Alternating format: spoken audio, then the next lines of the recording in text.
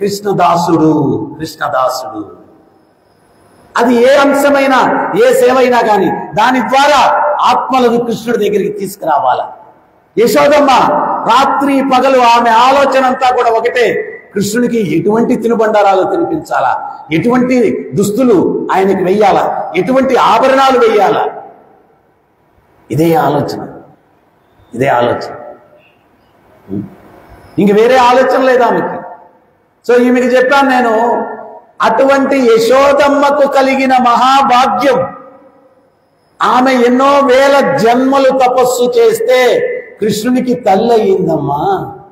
ఈరోజు మీ ఇంట్లో లడ్డూ గోపాల్ తెచ్చిపెట్టుకున్నాడు మక్కన్ చోర్ని అంటే మీకు అబ్బాయిలు లేరు కదా, మీ అబ్బాయే కృష్ణుడు, మీరే యశోదమ్మ చక్కగా వండి ఆ గోపాలుడికి పెట్టుకుంటే ఆ తల్లి యశోదమ్మకు కలిగినటువంటి భావన, భక్తి, అవకాశము మీకు కలిగింది, అంత గొప్ప భాగ్యం మీకు కలిగింది, ఆ దృష్టితో చూడమ్మా అన్న అంటే ఆమె కళ్ళల్లో నీళ్లు తిరిగి, రేపటి నుంచి మా కృష్ణుని బాగా చూసుకుంటాను స్వామి, రేపటి నుంచి బాగా చూసుకుంటాను అంటే ఏ దృష్టితో మనం చూడాలా. చాలామంది అంటారు అప్పట్లో గోపికలు చాలా అదృష్టవంతులు ప్రభు, గోపాలుడు చాలా అదృష్టవంతులు, బృందావనంలో ఉన్నట్టు వాళ్ళు అందరూ కూడా అదృష్టవంతులు. ఒకసారి ఇదే ప్రాంగణంలో ఒక భక్తుడు అడిగాడు, మనకు ఆ అదృష్టం లేదు కదా ప్రభు అన్నాడు. పిచ్చివాడ, లేదనుకుంటున్నాము. ఆచార్యుల కృప, కరుణ ఎంత గొప్పది అంటే, ఆ మహానుభావుడు స్వామి ప్రభుపాదుల వారి కృప వల్ల రాధా గోపీనాథుల వారు ఇక్కడ వెలిశారంటే, ఎక్కడ రాధాకృష్ణులు ఉంటే అదే బృందావనం అని చెప్పి ప్రభుపాదుల వారు చెప్పారు. ఇదే బృందావనం, ఈ రాధా గోపీనాథులు ఇక్కడ ఉపస్థితమై ఉన్నారు.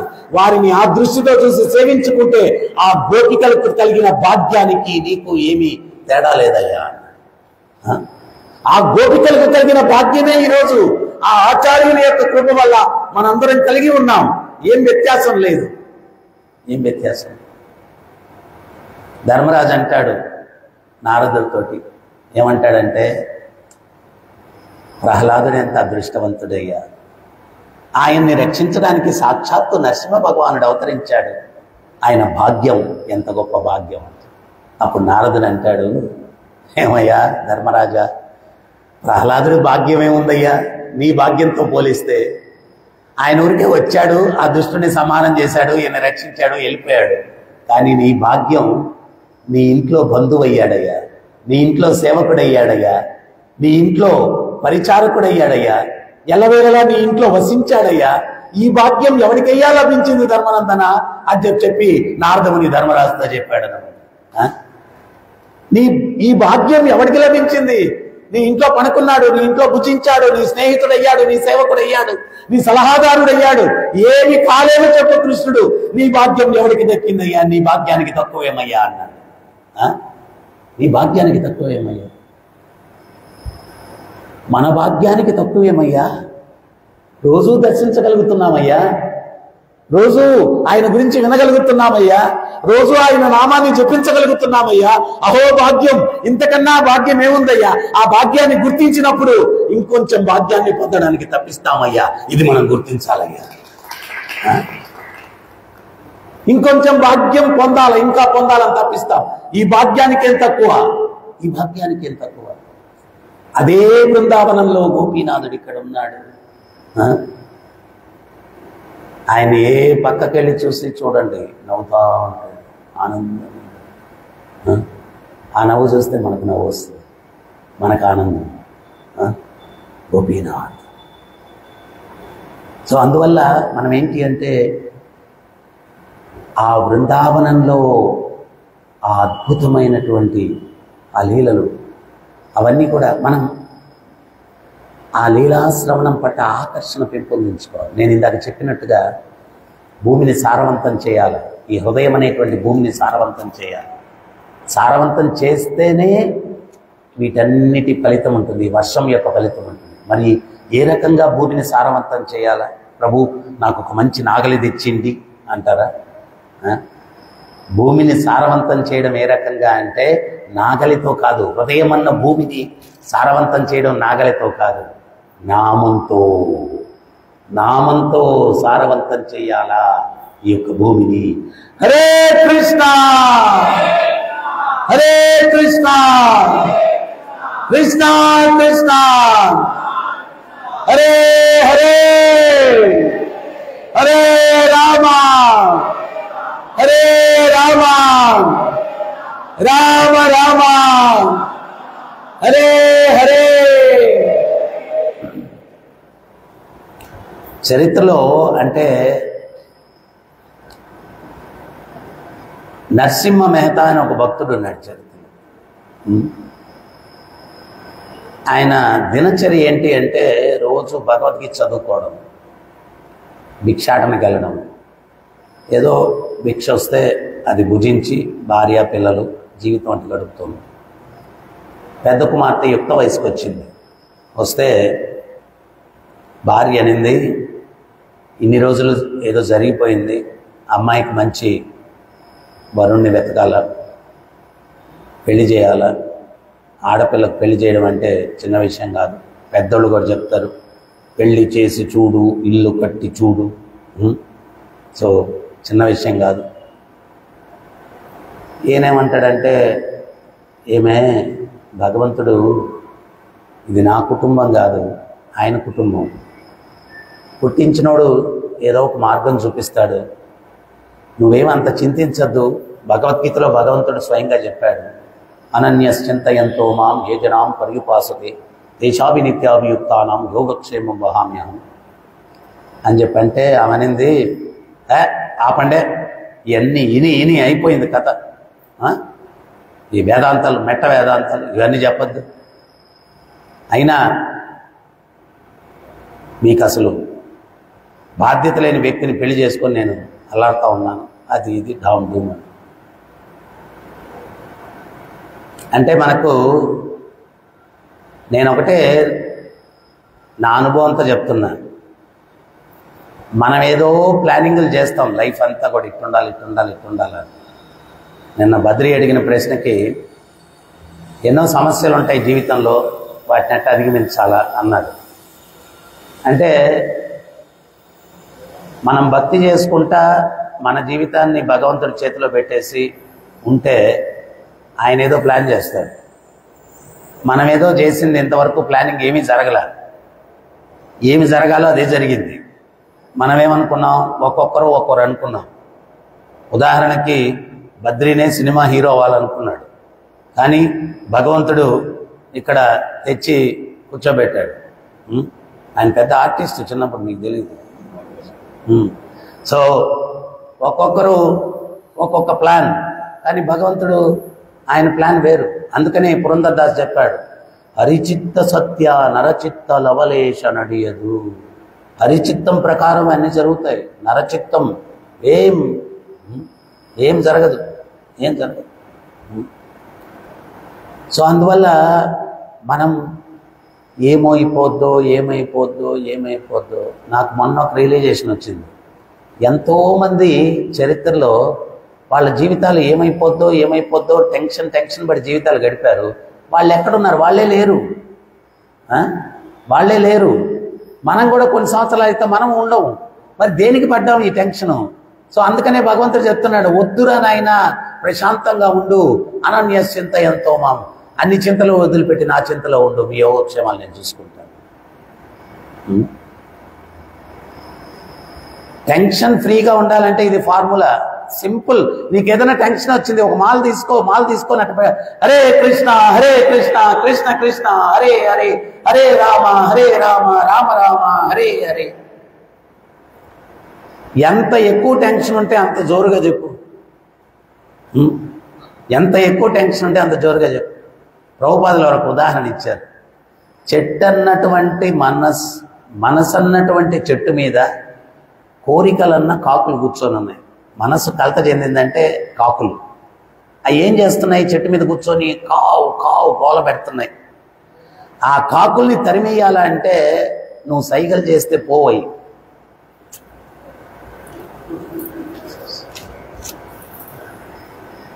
నువ్వు సైకిల్ చేస్తే పోవు, ఏం చేయాలా? వెళ్ళిపోతాయి. అట్టని చెప్పి మీరు విషయంత కూర్చోవద్దు. మన మనసులో ఉన్నటువంటి కాకుల మీద తరిమేయాలంటే అవి వాటికి శబ్దం వేరే, ఉష్తో పోవయి. దానికేం శబ్దం ఇవ్వాలా అంటే హరే కృష్ణ హరే కృష్ణ కృష్ణ కృష్ణ హరే హరే హరే రామ హరే రామ రామ రామ హరే హరే. నేనెన్నో సందర్భాల్లో గమనించాను, ఆ మనసు రకరకాల పరిస్థితులు. ఈ గుళ్ళు కట్టేదంటే చిన్న విషయం కాదు. ఎంత టెన్షన్ అంటే సమయానికి విరాళాలు రావు, కన్స్ట్రక్షన్ మొదలు పెట్టేసి ఉంటాం, వాళ్ళు మేస్త్రులు సప్లయర్సు ఫోన్లు చేస్తూ ఉంటారు. వీటి మధ్యలో కొన్ని సమస్యలు. రాజస్థాన్ నుంచి రాళ్ళన్నీ తెచ్చాం, ఆ బోర్డర్ దగ్గర ఆపేశారు. ఆడంటాడు లారీకి 30,000 ఇండి అంటాడు లంచం లోపలికి వదలడానికి. అని నేను అక్కడ డ్రైవర్ ఫోన్ చేశాడు. ఫోన్ చేస్తే నేను అయ్యా ఫోన్ చేసి వాడు ఆర్టీఓని ఎవరో అతను నంబర్ ఇచ్చాడు చెక్ పోస్ట్ దగ్గర, ఇది మందిరానికండి కొంచెం కన్సిడర్ చేయండి, అంతంత మేము ఇవ్వలేమండి అని చెప్పంటే వాడు టామ్ డిక్కీ ఫోన్ చేసేసి కథలన్నీ చెప్తే వినాలా, పెట్టేయండి ఫోన్ అన్నాడు. నా పక్కన రవీంద్ర కూర్చొని ఉన్నాడు. నాకేం అర్థం కాలే, ఏం చేయాలా, ఏంది ఓ 30-40 లారీలు వస్తాయి, ప్రతి లారీకి 30,000 లంచం అలవాటు చేస్తే ఏం చేయాలని నాకు పరమాత్మ టక్కన ఐడియా ఇచ్చాడు. రవీంద్రకి చెప్పాను, నీ నంబర్ నుంచి ఫోన్ చేయాలి, చేసి పెద్ద స్వామి మాట్లాడతాడంట నాకు ఇవ్వు అని చెప్పాను. ఆయన రవీంద్ర ఫోన్ చేసి సార్ పెద్ద స్వామి సౌత్ ఇండియా చైర్మన్ ఆయన మాట్లాడతాడంట అని చెప్పి ఆయన ఫోన్ నాకు ఇచ్చాడు. ఎవరా అది, ఏంటి మందిరానికి అని చెప్తే ఏదేదో మాట్లాడుతున్నారంట, మీరు అక్కడ ఏం చేస్తున్నారు తెలీదా, ఏ ఎంపీ చేత చేపియాలో ఏ మినిస్టర్ చేత చేపియాలో ఎవరి చేత చేపియాలి ఫోను, అంత దూరం అవసరమా, పంపించే లారీ, ఇట్లాంటివి చేయొద్దు, తీవ్రంగా ఉండదు వ్యవహారం అని చెప్పి పెద్దగా అరిచేశాను అనమాట. లేదు సార్ ఒక లెటర్ అన్నా పంపించు సార్, పంపిస్తాను పంపివాయా లారీ అన్న అంటే సరే సార్ అని చెప్పింది. అప్పటి నుంచి ఒక్క లారీ కూడా ఆపలా, ఒక్క లారీ కూడా. సో పరమాత్మ ఆ నిమిషానికి ఆ ఇంటెలిజెన్స్ ఇచ్చాడు. అందుకే మత్త స్మృతి జ్ఞానం అపోహనంచ, ముందు మాట్లాడింది నేనే, తర్వాత మాట్లాడింది తర్వాత ఎన్ని లారీలు వచ్చాయి అక్కడి నుంచి, మొత్తం మార్పులు, మొత్తం ఒక్కటి కూడా ఆపలేదన్నమాట. ఇట్లాగే ఎన్నో సమస్యలు ఉంటాయి. కానీ నేను గమనించింది ఏంటి అంటే ఆ సమస్యలన్నీ ఎవరికి చెప్పుకోవాలా, ఎవరికి చెప్పుకుంటే ఉపయోగం ఏముంది, ఎవరికి చెప్తే ఫలితం ఉంటుందో వారికి చెప్పుకోవాలా. అది ఎవరు అంటే ఆ స్వామి ఆయనకి చెప్పుకోవాలి. ఈ నరసింహ మేత చెప్పాడు, ఆమెకు అర్థం కావట్లేదు, నోటికొచ్చినట్టు మాట్లాడింది. ఇవే సమస్యలు కుటుంబాల్లో. భర్త ఒకటి అవగాహనతో చెప్తాడు, భార్యకు అర్థం కాదు, ఆమె ఒకటి అంటది, భార్య ఒకటి చెప్తే భర్తకు అర్థం కాదు. ఎన్ని అవగాహన లోపాలు, దీంతో చిన్నదాన్ని పెద్దగా సృష్టించుకుంటారు. అందుకనే భార్యాభర్తలు ఇద్దరు కూడా ఆధ్యాత్మికంగా ఉంటే ప్రభుపాదులు వారి అడ్వాంటేజ్ అదే చెప్తారు, వాళ్ళ థాట్ ప్రాసెస్ ఒకటేగా ఉంటుంది. అప్పుడు ఒకరికొకరు సహకరించుకుంటారు. అరే అల్టిమేట్ గా ఇద్దరం కలిసి భగవంతుడి దగ్గరికి వెళ్ళడానికి కదా జీవితం అనేటువంటి అవగాహనతో ఒకరికొకరు సహకరించుకొని పోతారు. యాక్చువల్గా భార్యాభర్తల బంధం దానికోసం ఉంది. ఆ వివాహం జరిగేటప్పుడు కూడా మంత్రాలు అదే, మేమిద్దరం కలిసి ఆ నారాయణుడిని సేవించుకొని తరిస్తాము, ఒకరికొకరు సహకరించుకొని అని చెప్పి మనం అక్కడ అంటే మనకు మంత్రాలకు అర్థం కాదు కాబట్టి, అర్థం తెలియదు కాబట్టి చేసుకున్నది ఒకదానికి చేసేది ఇంకో దానికి, పెళ్లి చేసుకున్నది ఒకదానికి మనం చేసేది ఇంకోటి. సో ఇవన్నీ తెలియక సో అందుకని ఆమె నోటికొచ్చినట్టు మాట్లాడేసరికి ఈయన ఇంకేమితో దేనికిలే అని చెప్పి పోయి భగవద్గీతను చదువుకుంటే కొంచెం ప్రశాంతం ఉంటుందని చెప్పి ఆ భగవద్గీత తీసుకొని కొన్ని శ్లోకాలు చదువుకుంటాడు. ఈ లోపల ఎవరో తలుపు తట్టే తలుపు వెళ్ళి తీశాడన్నమాట. ఏమయ్యా నరసింహ మెహతా ఇల్లు ఇదేనా అన్నాడు ఆయన. ఆయన ఎట్టున్నాడు తెలుసా, ఒళ్ళంతా బంగారము, ఉంగరాలు, చాలా పట్టు పీతాంబరాలు, చాలా ఇదిగా ఉన్నాడు. ఎవరండి మీరు, ఎవరండి అని. నేనా పిఠాపురం జమీందారుని, మా అబ్బాయికి అమ్మాయి కోసం వెతుకుతూ ఉన్నా, ఎవరో చెప్పారు మీ పెద్దమ్మాయి చక్కగా ఉంటుందని, పద్ధతి అయినటువంటి కుటుంబం అని, మీ అమ్మాయిని చూడడానికి వచ్చామన్నాడు. వాళ్ళకి మర్యాదలు చేయడానికి కూడా పెద్ద ఏం లేదు, ఏదో వాళ్ళు ఆయన అమ్మాయిని ఉన్న దాంట్లో ఏదో అలంకరణ చేసి తీసుకొని వచ్చారు. చూడంగానే మీ అమ్మాయి చక్కగా ఉంది, నచ్చింది, మేము మా అబ్బాయికి నిశ్చయం చేసుకుంటాం. పక్కనే పంతులు గారు కూడా ఉన్నారు. ముహూర్తం చూడవయ్యా. ముహూర్తం చూడవయ్యా అంటే, అయ్యా 3 రోజుల్లో బ్రహ్మాండమైన ముహూర్తం ఉంది, తర్వాత 3 నెలలు మూడము, ఇంకా ముహూర్తాలు లేవు అన్నాడు. 3 రోజుల్లో పెట్టేయన్నాడు ముహూర్తం. ఏంటి 3 రోజుల ముహూర్తం? పెళ్ళికా? అన్నీ చూసుకుంటాం కానివయ్యా, ఏముంది పెట్టేయండి అన్నాడు. వాళ్ళు ముహూర్తం కూడా పెట్టుకొని వెళ్ళిపోయారు. అప్పుడు నరసింహ మేత మళ్ళీ భార్యతో ఇప్పుడు ఈయనకు ఛాన్స్ వచ్చింది. మనం ఏంటి ఎవరికి ఏం ఛాన్స్ వస్తుందా అని వెయిట్ చేస్తూ ఉంటాం. అందుకని ఎప్పుడో 20 సంవత్సరాలది కూడా తోడుతాం అనమాట ఛాన్స్ వచ్చినప్పుడు. ఇదే తలకైన జీవితాల్లో ఎప్పుడో అయిపోయింది, నువ్వెందుకు ఎత్తుతున్నావు? మరి నువ్వు ఎత్తలా? మరి అవి ఎత్తుకుంటా కూర్చుంటే మిమ్మల్ని ఎత్తేస్తారు, టైం అంతా అయిపోద్ది, ఎత్తుకొని వెళ్ళిపోతారు అక్కడికి. జీవితం అంతా ఆ 20 సంవత్సరాల కిందటి భర్త ఎత్తి భర్తది భార్య ఎత్తి ఇవన్నీ ఎత్తుకుంటా ఉంటే టైం అయిపోద్ది, మనల్ని ఎత్తుకొని వెళ్ళిపోతారు వాడికి. వాడితో వేస్ట్ చేసి గతం గత. అందుకని పెద్దలు చెప్పారు అయిపోయింది, దేనికి తోడుకోవడం. ఇప్పుడు జరిగేది చూడు. మరి ఈయన కూడా కొంచెం ఛాన్స్ ఏమే చెప్పాను కదా, ఇంత గొప్ప సంబంధం అంటే ఈయన మంచిగానే చెప్పాడు, మనలాగా చెప్పలా, మంచిగానే చెప్పాడు, భక్తి పరంగానే చెప్పాడు. భగవంతుని నమ్ముకుంటే ఆయన అన్ని చూస్తాడని చెప్పాను కదా. చూడు, అంత గొప్ప సంబంధం మనం వెతికినా కానీ దొరకదు. ఎత్తుక్కొని భగవంతుడు పంపించాడు. సరేలేవయ్యా మంచిగా జరిగింది అనుకుందాం, కానీ ఇప్పుడు ముహూర్తం పిల్లోడు దొరికాడని అయింది, మరి పెళ్లి చేయాలి కదా. మరి పెళ్లి చేయడం అంటే సామాన్యమా? డబ్బులు కావాలి. మీరు అయోగ్యులని నాకు మొదట తెలుసు. అందుకని మా అమ్మగారు పెట్టిన బంగారం కొంచెం దాచించుకున్నాను, అది తీసుకెళ్ళి అమ్ముకొని డబ్బులు తీసుకురండి. ఈయన సరేనని చెప్పి ఆ బంగారం తీసుకొని, వీళ్ళు ఉండేది గ్రామం కదా, పట్టణానికి బంగారం అమ్ముకుందామని వెళ్ళాడు. ఆ పట్టణం పొలిమేరల్లోనే వేణుగోపాల స్వామి దేవాలయం ఉంది. అక్కడ పెద్ద పందిర్లు వేసేసి భాగవత సప్తాహం మొదటి రోజు అన్నమాట జరుగుతూ ఉంది. ఈయన ఆడికి వెళ్ళాడు. 3 రోజులు ఉంది కదా పెళ్ళికి,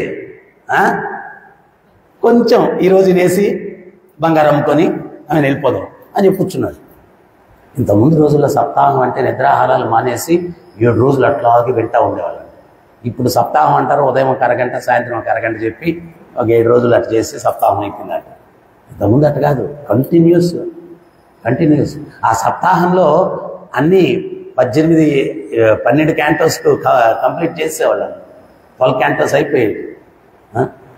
సో ఈయన కూర్చున్నాడా అంటే ఇది ఎందుకు చెప్తున్నానంటే, భక్తుడు ఎవడైనా ఆ భగవత్ తత్వానికి ఆకర్షితుడైతే ఇహంపరం అన్నీ మర్చిపోతాడు, ఏం తెలియదు.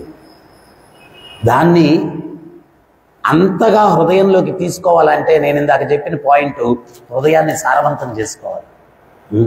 మనకేంటి అంటే మనకంత దాని పట్ల రుచి అనేది కలగలేదు కాబట్టి మనం కొంచెం సమయం అయిపోతుంటే వాచ్ చూసుకుంటూ ఉంటాం. అంటే వాచ్ ఆయన చూసుకోడు, ఆయన తెలుసుకోవాలని టైం కాదు, నా కోసం ఆయన వాచ్ చూసేటట్టుగా ఆయన చూడాలన్నమాట. అంటే ఎక్కువైపోయింది స్వామి ఆపేయండి అని నేను అర్థం చేసుకుని ఆపేయాలి. ఆయనకి టైం తెలియక కాదు, ఆయనకి తెలుసు. ఆయనకి టైం తెలిసే ఎక్కువైపోయింది అనుకుంటా ఉంటే వాచ్ చూశాడు. మరి వాచ్ కూడా ఎటు చూస్తాడు? నేను చూసేటట్టు చూస్తాడు, ఇటు చూస్తాడు. అంటే అప్పుడు అయ్యా స్వామి చాలులే ఇంకా ఆపే నువ్వు అని చెప్పి నేను అనుకుని ఆపేయాలి. అందుకోసం పాపం కష్టపడి వాచ్ చూపిస్తాడు నాకు. సో ఇట్లాగా మనకేంటి అంటే అక్కడ వాళ్ళు ఎవరు వాచ్లు గీచలేదు. అది ప్రవాహం వస్తూ ఉంటే కృష్ణ కథామృతం, దాన్ని తీసుకోవడమే హృదయంలోకి తీసుకోవడం. ఈయన కూర్చున్నాడు. మొదటి రోజు, 2వ రోజు అయిపోయింది, 3వ రోజు అయిపోయింది, 4వ రోజు అయిపోయింది, 5వ రోజు, 6వ రోజు, లాస్ట్ 7వ రోజు మంగళం పాట పాడుతున్నారు. ఏంటి అంత అయిపోయిందని. ఆ మంగళం పాట పాడేటప్పుడు పక్కన ఉన్నాడు. ఎన్ని రోజులైంది అన్నాడు. 7 రోజులైంది. అప్పుడు భార్య కనిపించింది. ఎట్ట తెలుసా? అపర కాళికాదేవి లాగా ఒక చేతిలో చాట, ఒక చేతిలో చీపర కట్ట.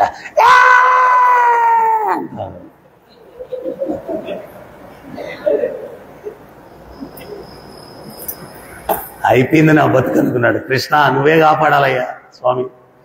బంగారు మూట చూశాడు. ఇంక దీంతో పనే ఉంది. 3 రోజులు అయిపోయింది, ముహూర్తం కూడా అయిపోయింది. కృష్ణ కృష్ణ గుండె కొట్టుకుంటా పోతా ఉన్నాడు.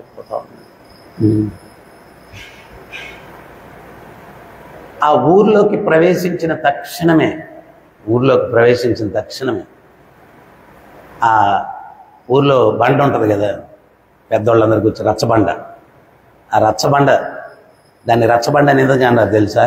ఊళ్ళో ఉండే రచ్చలన్నీ చర్చి అక్కడ చేస్తారు, అందుకని రచ్చబండ అన్నారు దాన్ని. ఊర్లో ఉండే రచ్చలన్నీ చర్చి అక్కడే, అందుకని దాన్ని రచ్చబండ అన్నారు. సో ఆ రచ్చబండ దగ్గర వీళ్ళందరూ కూర్చో ఉన్నారు పెద్దోళ్ళు. నరసింహ మేతాను చూసి, ఏ నరసింహ మేత, ఏ అదృష్టవంతుడయ్యా నువ్వు, మనిషి లేకపోయినా పెళ్లి బ్రహ్మాండంగా జరిపించేశావు. ఏంటి చాలు ఉండండి వెటకరాలు, మరి మీరు ఏంటి పెళ్లి జరిపించేది, నేను దస్తా ఉన్నాను మా భార్యని అట్ట ఫేస్ చేయాలని, నువ్వు పెళ్లి జరిపించావు అది ఇదని. ఏంటి అట్టంటావు, ఆడెవడో మీ శిష్యుడు అంట కదా, వచ్చేసాడు ఒంటి చేత్తో బ్రహ్మాండంగా జరిపించేశాడు పెళ్లి, నువ్వు లేకపోయినా కానీ. ఉండండి నేనే శిష్యుడు కాలేదు, నాకు మళ్ళీ శిష్యుడు ఎవరు. తీరా మీ వెటకారాలు ఇంకా ఆపండి అని చెప్పి బయలుదేరి, ఏనేం ఊహించుకున్నాడంటే నేను ఇందాక చెప్పాను కదా. కానీ వాళ్ళ భార్య చక్కగా పట్టు శారీ గీరి కట్టుకొని చక్కగా మంగళహారతి తీసుకొని నరసింహ మేతా వస్తూ ఉంటే ఆయనకి హారతి ఇచ్చి హారతి తిప్పేసి ఆమె సగౌరవంగా లోపలికి తీసుకుని, ఈయనకేం అర్థం కాలేదు, ఏం జరుగుతూ ఉంది అసలు, నేనేదో అనుకున్నాను ఏదో జరిగిపోతూ ఉందేడా, ఏం అర్థం కావట్లేదు. ఏంటి అన్నాడు. ఏమండే మీరు లేకపోయినా పర్లేదు కానీ మీ శిష్యుడు వా ఒంటి చేత్తో బ్రహ్మాండంగా చేశాడండి వివాహం. అందరు ఏమన్నారు తెలుసా, జమీందారు కుటుంబాల్లో కూడా ఇంత గొప్పగా జరగదని చెప్పి. ఎంత పెద్ద వేదిక, ఎంత బ్రహ్మాండంగా, ఎన్ని తినుబండారాలు, భోజనాలు, అబ్బో బ్రహ్మాండంగా జరిపాడు. నీకు తెలియదంటే నేనే శిష్యుడు కాలేదు, నాకెవరే శిష్యుడు, భలే వాళ్ళు ఉండండి మీరు అని చెప్పి ఆయన ఎట్టున్నాడు ఆయన అంటే అప్పుడు ఏమని చెప్పాడు, ఏమి పేరు చెప్పాడు అని అడిగాడండి. అడిగానండి, ఏం పేరు అబ్బాయి నీ పేరు అన్నాను. గోపాల్ అన్నాడు. మీ తల్లిదండ్రులు ఎవరు అన్నాడు. మీ ఊరేది అన్నాను. బృందావనం అన్నాడు. మీ తల్లిదండ్రులు ఎవరు అన్నాను. నందబాబా యశోద అన్నాడు. అప్పుడు ఈ నరసింహ మేత కళ్ళలో నీళ్లు గారిపోయాయి. ఏమే నేను అక్కడ భాగవత ప్రవచనంలో కూర్చొని సమయం తెలియక అట్లాగే లీనమైపోయి అది వింటూ ఉంటే ఆ వచ్చింది ఎవరో కాదే, సాక్షాత్తు ఆ దేవదేవుడు నా శిష్యుడి రూపంలో వచ్చాడు. ఈ యొక్క తంతంతా చేసింది ఆ కృష్ణుడు స్వయంగా చేశాడే, నువ్వెంత అదృష్టవంతురాలివి, ఆ స్వామిని నువ్వు దర్శించగలిగావు అని చెప్పి ఆనందంతో పరవశించిపోతాడు అన్నమాట. సో ఈ రకంగా ఎవరైతే అన్ని చింతలు వదిలిపెట్టి ఆ స్వామిని చింతలో నిమగ్నమవుతారో వాళ్ళ యొక్క యోగక్షేమాలు నేను చూసుకుంటాను అని భగవంతుడు ఆయన హామీ ఇస్తున్నాడు. సో అందువల్ల మనం ఏంటి అంటే ఆ భగవంతునికి శరణాగతి స్థాయిని పెంచుకుంటూ రోజు పోయే కొద్ది పెంచుకుంటూ పోవాలి. తర్వాత ఈ యొక్క భక్తిలత, ఈరోజు ఎందుకో ఆ పాయింట్ వచ్చింది, అది చాలా ఇంపార్టెంట్ పాయింట్. అది ప్రభుపాదులు వారు చెప్తారు, మనం చేసేటువంటి భక్తియుక్త సేవల ద్వారా ఆ భక్తిలత మన బ్రహ్మరంధ్రం నుంచి అది ఎదగాల. చివరికి అది వైకుంఠాలు కూడా దాటుకొని గోలోక బృందావనంలోకి ప్రవేశించి ఆ కృష్ణుని పాదార విందములను చుట్టుకొని పుష్పించి ఫలాన్ని ఆ భగవంతుని పాదాలకు అర్పించిన రోజు ఈ భక్తుని యొక్క భక్తి పరిపక్వత చెంది మోక్షానికి అర్హుడవుతాడని ప్రభుపాదులు వారు చెప్తారు. సో అందువల్ల ఎంత ఉంది మనం ఎంత చేసుకోవాలా, సమయం తక్కువ ఉంది. చాలామంది ఏమనుకుంటారంటే ఏదో కొంచెం అట్ట చేసుకుంటే ఏదో అయిపోద్దని. ఇంతకుముందు యోగులు ముందు పిచ్చోళ్ళ 60,000 సంవత్సరాలు 70,000 సంవత్సరాలు తపస్సులు చేస్తే వాళ్ళు బ్రహ్మర్షులు అయ్యారు. 1000 సంవత్సరాలు మనం ఊరికే తమాషగా చిలక్కొట్టులాగా కొంచెం అక్కడ ఇక్కడ భక్తి ఏదో చేసేసి నేనేదో మోక్షం పొందేస్తానంటే కాదు. చాలా తీవ్రమైనటువంటి సబ్జెక్టు, చాలా సీరియస్గా చేయాలి. ప్రతిదీ కూడా తీవ్రతతో చేస్తేనే మనం అక్కడికి వెళ్ళేదానికి అర్హతను సాధిస్తాం. సో అందువల్ల దొరకున ఇటువంటి భాగ్యం, ఇది దొరకడం దుర్లభం. మనమేమీ తక్కువేం కాదు. అంటే మన గొప్పతనం వల్ల మనకు లభించలేదు, ఇది వారి గొప్పతనం వల్ల. వారి గొప్పతనం వల్ల మనకు లభించింది. సో అందువల్ల కృతజ్ఞతతోటి ఈ అవకాశాన్ని సద్వినియోగం చేసుకొని ఆ గోలోక బృందావనంలో ఉన్నటువంటి కృష్ణుడే ఆయన గోపీనాథుల వారి రూపంలో ఇక్కడ వెలిశారనమాట. ఇక్కడ మన సాంప్రదాయానికి తగ్గినటువంటి అన్నీ ఉన్నాయి. ఇక్కడ ఆధ్యాత్మిక జగత్తే ఉంది. ఇక్కడ చుట్టూ వైకుంఠాలు, దశావతారాలు, వైకుంఠాలు, ఒక్కొక్క దశావతారం వైకుంఠం. అది తర్వాత ఆ వైకుంఠాలు దాటుకొని గోలోక బృందావనం, రాధా గోలోక బృందావనంలో మళ్ళీ డివిజన్స్ ఉంటాయి. ఒకటేంటి అంటే చైతన్య లీల ఒక డివిజన్లో జరుగుతూ ఉంటుంది, ఒక డివిజన్లో కృష్ణలీల జరుగుతూ ఉంటుంది. సో చైతన్య లీల ఉంది, కృష్ణలీల ఉంది. సో మళ్ళా వైకుంఠం పక్కనే ఉంది శ్రీనివాసుడు. మళ్ళా ఈ రెండు కృష్ణ చైతన్య లీలలను కలిపేటువంటిది. పూరీధామాన్ని ఏమన్నారు తెలుసా? పూరీధామము బృందావనము మాయాపూరు రెండు కలిస్తే పూరీధామం అంట. పూరీధామం అంట. మళ్ళీ పూరీధామం ఉంది. ఏమయ్యా మన భాగ్యానికి తక్కువ? అన్నీ ఒక దగ్గరే దొరికేశాయి మనకు. అన్నీ ఒక దగ్గరే దొరికేశాయి. ఎంత గొప్ప భాగ్యం ఇది. సో అందుకని అందరు కూడా మనకు దొరికినటువంటి భాగ్యాన్ని గుర్తించి సద్వినియోగం చేసుకునేదానికి ప్రయత్నం చేయాలి. హరే కృష్ణ. ఈ యొక్క శ్లోకాలు, ఈ యొక్క వర్ణన ఎట్టుందంటే పరిగెత్తుకొని బృందావనానికి వెళ్ళిపోవాలన్నట్టుగా ఉందన్నమాట. అంత గుండె లాగేస్తా ఉంది, అంత అద్భుతంగా ఉంది. హరే కృష్ణ. ఎవరికైనా ఏమైనా సందేహాలు ఉన్నాయి, డౌట్స్?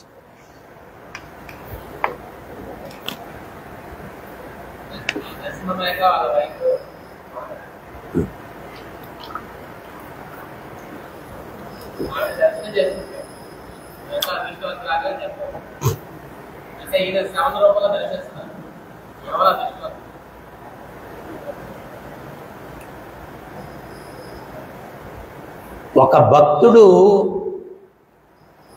గొప్పతనం ఏంటి అంటే ఆయనకు సంబంధించిన వాళ్ళందరికీ కూడా అనాలోచితంగా భగవత్ కృప కలుగుతుంది అనమాట. భక్తుడితో ఉంటే అది మనం అక్కడ అర్థం చేసుకోవాలి. నరసింహ మేత అంత గొప్ప భక్తుడు కాబట్టి ఆమె భార్యలో అంత భక్తి లేకపోయినా కానీ భగవద్ దర్శన భాగ్యం కలిగిందనమాట. నరసింహ మేత రోజు చూస్తున్నాడు భగవంతుడిని, అది వేరే విషయం, అది వేరే విషయం. అందుకనే ప్రభుపాదుల వారు ఒక లెక్చర్లో చెప్తాడు, ఎవరన్నా ఒక భక్తుడి దోవతి అన్నట్టు పట్టుకొని ఉండు, నువ్వు అతను వెళ్ళిపోతే అతనితో వెళ్ళిపోవచ్చు. నువ్వు జస్ట్ ఆ దోవతి అన్నట్టు పట్టుకొని ఉండు, అతను వెళ్ళిపోతే అతనితో వెళ్ళిపోవచ్చు నువ్వు. సో అదే ఆ నరసింహ మెహతా వల్ల ఆమెకు భాగ్యం కలిగింది, భాగ్యం కలిగింది. అందుకనే ప్రహ్లాదుడు అంటాడు, ఎంతైనా కానీ నా తండ్రి కదా స్వామి, ఆయన పరిస్థితి ఏంటి అంటాడు.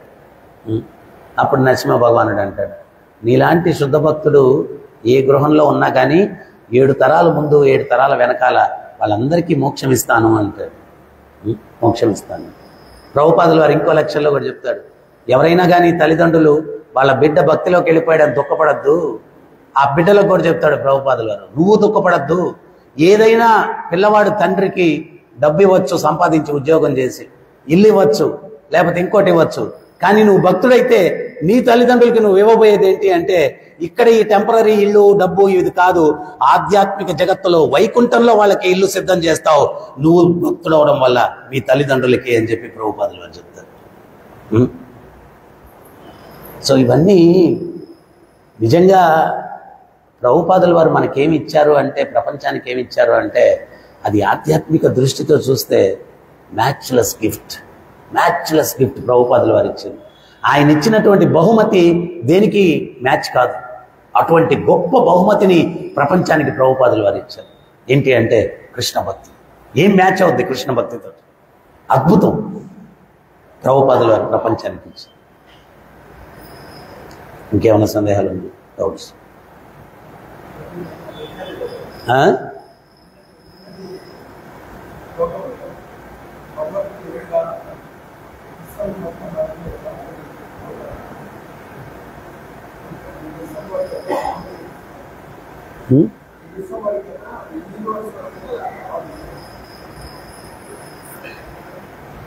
వేణుగానం ఎప్పుడు ఆగలేదు, అది నడుస్తూనే ఉంది.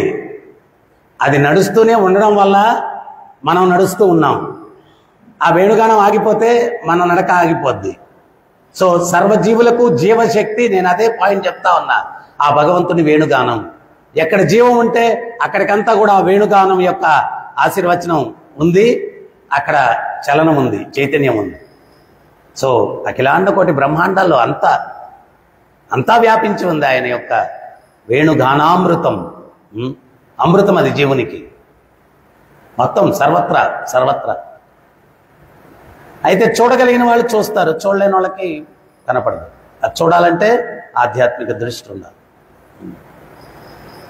హరే కృష్ణ.